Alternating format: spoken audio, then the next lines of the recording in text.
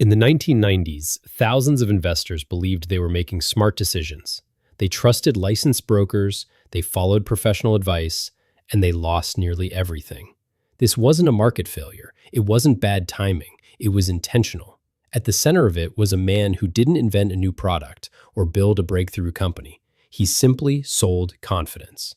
And with it, he moved hundreds of millions of dollars out of ordinary Americans' pockets and into his own.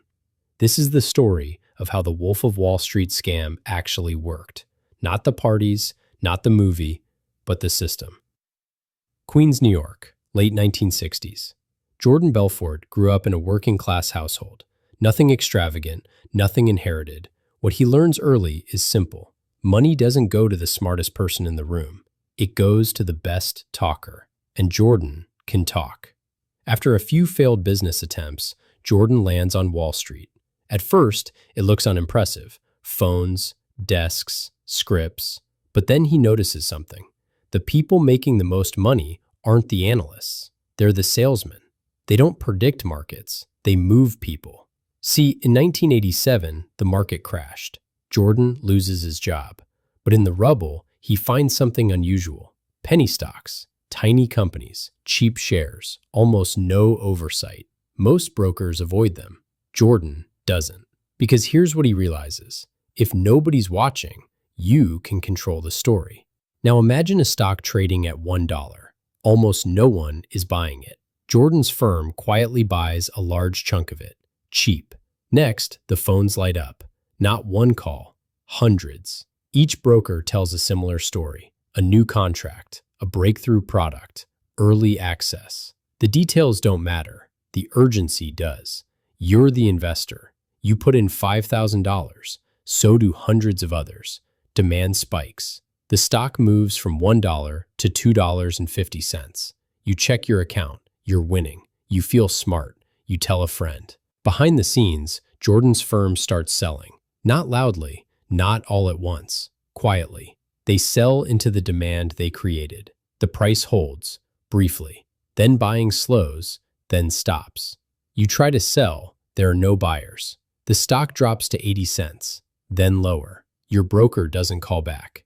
The opportunity is gone. So is your money. This wasn't bad investing. It was the exit. Now multiply this. Hundreds of stocks, thousands of investors, years of repetition. Stratton Oakmont becomes a factory, not for investments, for belief. You want to know why this worked?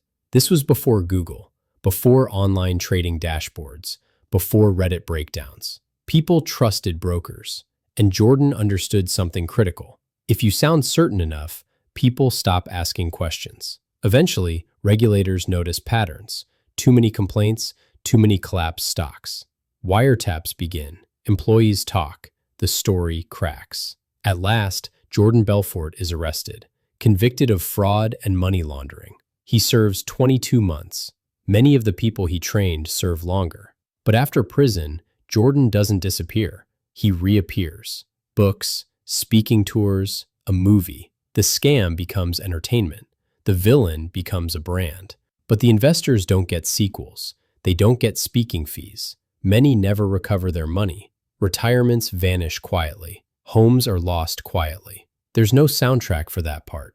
Why this story still matters? Because the scam didn't die. It adapted. Social media, crypto, influencers instead of brokers. Same structure, same psychology. The Wolf of Wall Street scam wasn't about stocks.